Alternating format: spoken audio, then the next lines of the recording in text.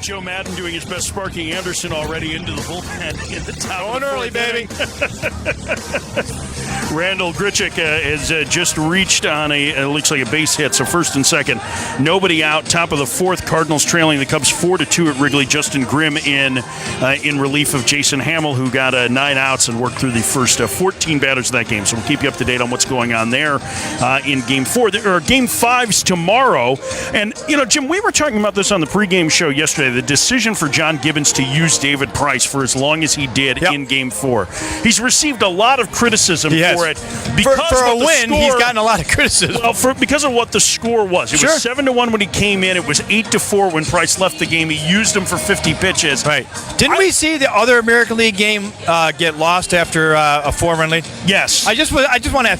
Did I dream that, No, did I actually witness that with you and I here before our pregame? Yeah, that happened. I'm pretty sure that happened. Pretty sure that happened. Something happened. So the criticism of Gibby was that David Price isn't available to start in Game 5. Warranted or not maybe warranted? Not available to pitch in Game 5. He's got Marcus Stroman, one of the best pitchers in the American League. He has looked really good. Basically, he's 1-1A in terms of aces.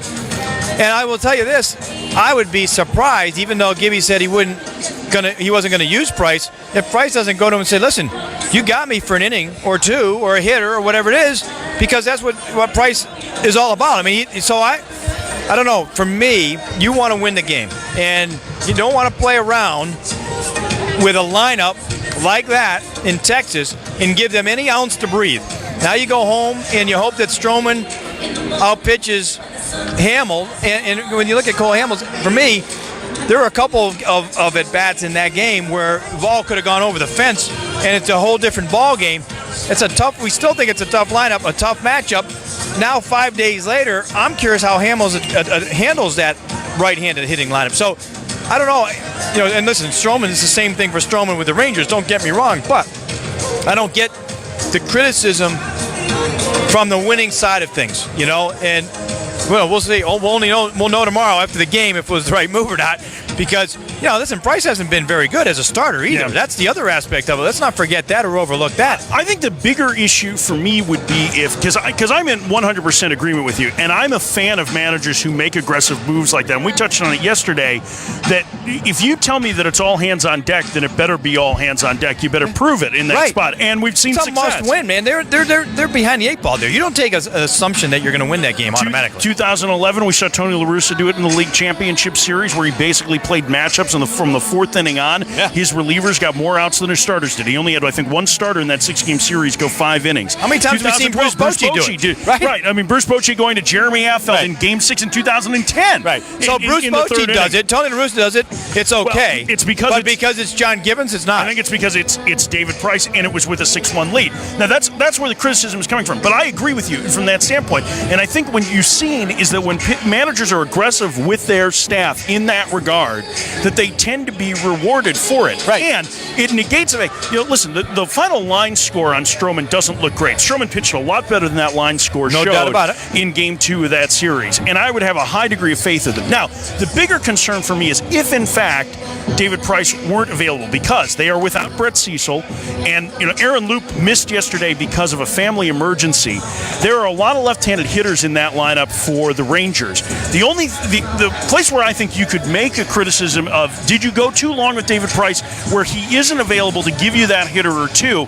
I don't think it's going to be an issue personally, because I think if he gets to a spot where he's in the 7th inning or the 8th inning and it's a key spot in the game and it's Chu and Fielder coming up, it ain't going to be Aaron Luke coming out of that bullpen. It's going to be David Price. Well, I mean, listen, I don't get the fact that you have a chance to win the ball game. You have what you feel like is your best option in David Price. You go to him. It's just like the same thing where, you go to a closer because you got a 5-run lead or a 4-run lead. You go to the closer to close games out, and someone's going to criticize you because why are you going to him? Why don't you use him for tomorrow? Again, tomorrow might be a blowout. Right. Tomorrow's game, if Toronto, they might just jump on Hamels early and it's over early. You cannot predict the next day, especially in the postseason. So, all of the potential, the quote, rules that we sit there and look at during a regular season game, they don't apply for the postseason game. If he had lost that game there would have been people questioning why didn't you use David Price, and it would have been fair. So now he uses David Price, they win, and they're still criticizing him. To me, it's a little bit over the top, ridiculous. Do you have strong feelings about this? Well, I mean, it's whether it's. I'm curious. It's a double friggin' standard. It's a double. I can't because tell, Jim. It's John Gibbons. He doesn't get the benefit of the doubt that he was thinking outside the box. Like, this is actually a good move, a smart managerial baseball move. To close out the game, you have the chance to win it with a dominating type guy, and yet he's getting criticism for him. It's unwarranted and unfair. I think it's because it's the name of the pitcher, really. I don't think it has as much to do with Gibby. They as had it Marcus does Stroman. What if Stroman came out of the pen? It was in a similar situation, and he had David Price behind him, and Stroman comes in and pitches. Everyone thought Stroman was going to pitch Game 5. Instead, he pitches him there, and he got David Price. Does that change things? Do people still criticize Gibby for going that route just because the name is Stroman over Price? I mean, probably not. I don't think they do as much. I really don't. Probably don't. But I mean, we've seen Stroman pitch. The guy's as good of a starter as you're going to find out there. Everybody's talked about, and I mean, opposing hitters and people that evaluate Stroman go, wow, this guy is going to be an ace. It might be already. Certainly, growing into that. He hasn't had enough innings to really be considered an ace quite yet. So you have him going on the mound. It's a great benefit to have. I mean, look at it this way with the Cubs, with Joe Madden. If he comes in with Arrieta in that situation, he's got John Lester behind him. Does he get criticized for it? Maybe. I mean, he might not because he's been to a World Series. If Don Mattingly brings in Kershaw in that situation, he's got Greinke behind him. Well, Don Mattingly gets criticized for everything. Right. So it's about Mattingly and Gibby. It's about the guys who, right? To some degree, yeah. To some degree. So, all right, so let's talk about the other series because I think there's some interesting stuff there.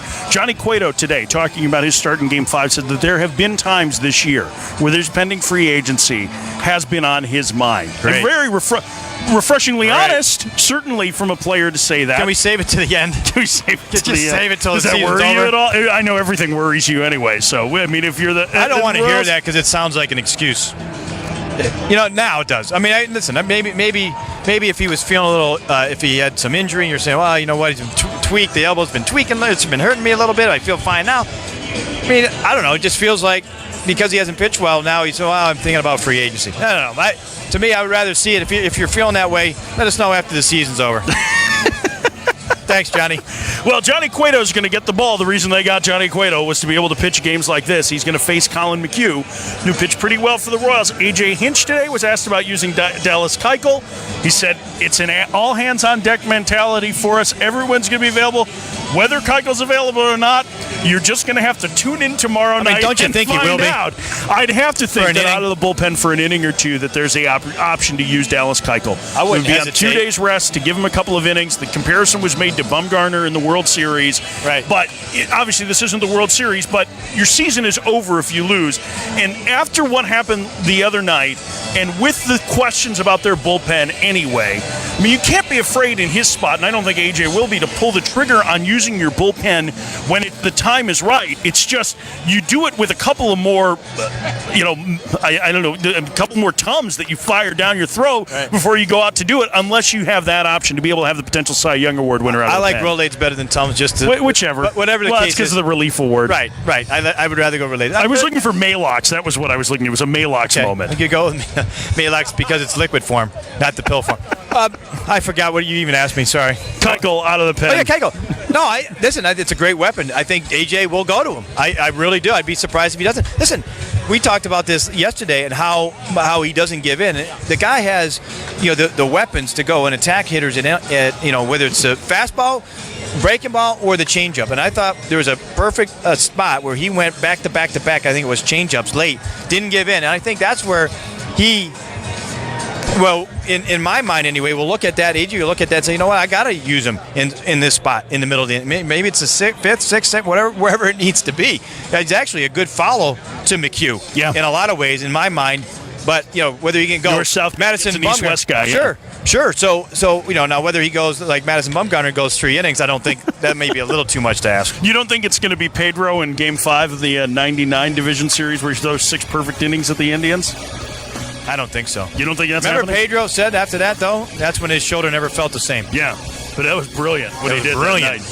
We'll update you on what's going on in Chicago at the Cubs and Cardinals in just a moment. We're getting ready for Game 4 of the National League Division Series. The Mets and the Dodgers at Citi Field on MLB Network Radio. MLB Network Radio, Sirius 209, XM 89, and on the SiriusXM app. Football fans, the Sunday Drive is your